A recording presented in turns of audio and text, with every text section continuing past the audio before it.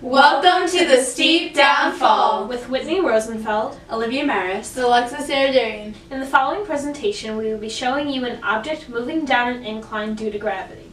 In an attempt to demonstrate this concept, we will be showing you what forces are involved when sliding down a hill on a sled and how to solve these equations based on these forces.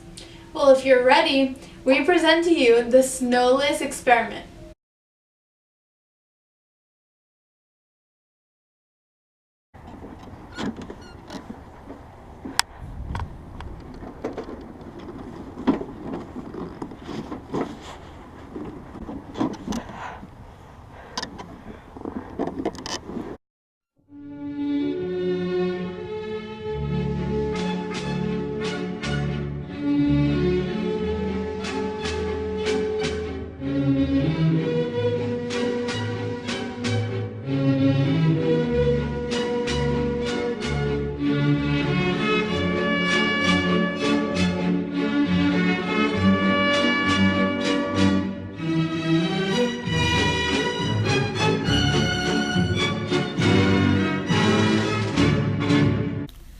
Gravity, or FW, is the main force that serves two purposes when sleds slide down a hill.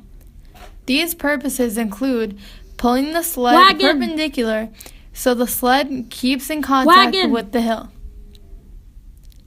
and pulling the sled down or parallel to the hill so that the sled can slide down.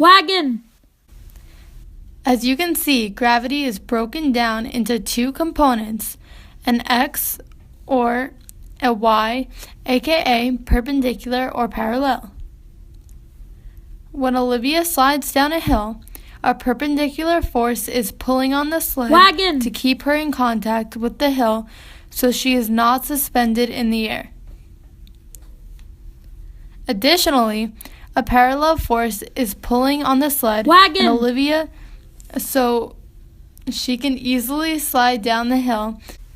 We solve for these components with two equations, one for each respective component. R cos x for the perpendicular and R sin x for parallel.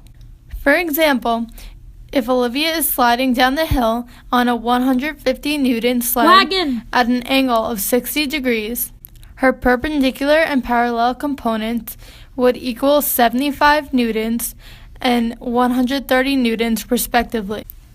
If the angle were to increase to 75 degrees, her perpendicular component would decrease in magnitude while her parallel component would increase.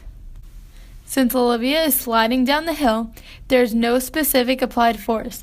However, the parallel component acts like the applied force since it pulls the sled down the hill.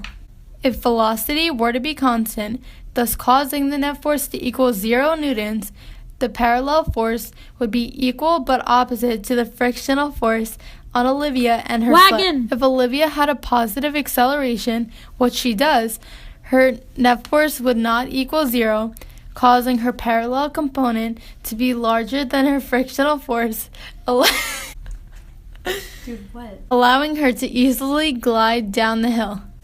This can be determined with the equation F net equals parallel minus friction. In order for Olivia to move, her parallel component must be greater than the static frictional force. When Olivia is in motion, her kinetic friction is opposing her sled while she is sliding down the hill.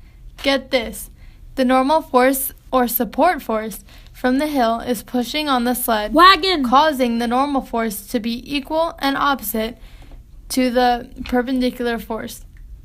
All in all, many forces are applied to let Olivia slide down the hill and have a grand old time in this snowless winter. We hope you learned a lot from this week's episode of The Steep Downfall. It sure was entertaining. Feel free to join us with next week's episode featuring special guests, 98 Degrees.